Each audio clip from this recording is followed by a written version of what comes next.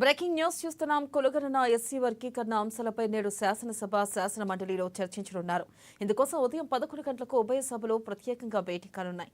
అంతకుముందు ఉదయం 10 గంటలకు కేబినెట్ సమావేశమై కులగణన ఎస్సీ వర్గీకరణపై ఏకసభ్య కమిషన్ సమర్పించిన నివేదికలపై చర్చించి నిర్ణయం తీసుకోనుంది.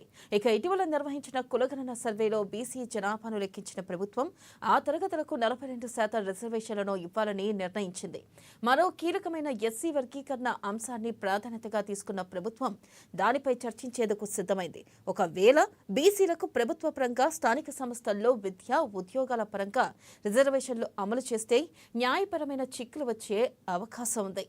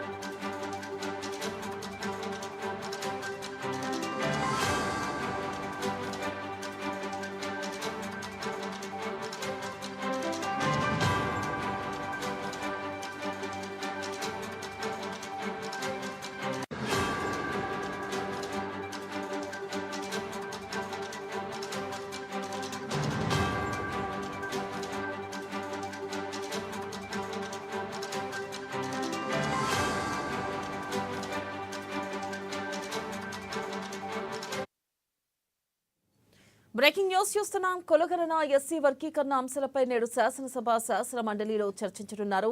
ఇందుకోసం ఉదయం 11 గంటలకు ఉభయ సభలు ప్రత్యేకంగా భేటీ కానున్నాయి. ఇక అంతకుముందు ఉదయం 10 గంటలకు కేబినెట్ సమావేశమై కులగణన ఎస్సీ వర్గీకరణపై ఏకసభ్య కమిషన్ సమర్పించిన నివేదికలపై చర్చించి నిర్ణయం తీసుకోనుంది. ఇక దీనిపై మరింత సమాచారాన్ని మా ప్రతినిధి రాంబాబు అందిస్తారు.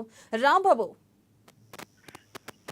వెనెల మరికొద్దిసేపట్లో ఇటు కేబినెట్ సమావేశం ప్రారంభం కాబోతోంది. 10 గంటలకు కేబినెట్ సమావేశం ప్రారంభమైన తర్వాత ముఖ్యమంత్రి రేవంత్ రెడ్డి అధ్యక్షతన మంత్రులు పాల్గొన్నటువంటి కేబినెట్ లో ప్రధానంగా 2 కీలకమైనటువంటి అంశాలపై చర్చిస్తారు.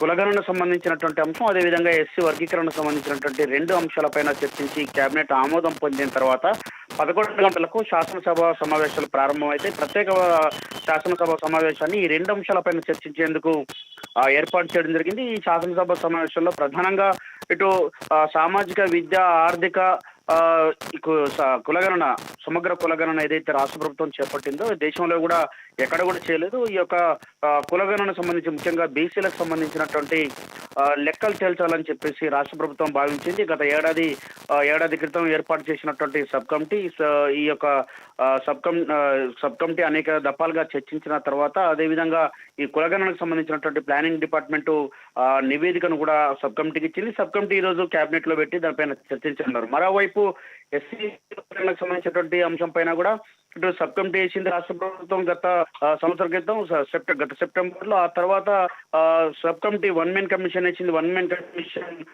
నివేదిక కూడా నిన్న సబ్ కమిటీకి అందించడంతో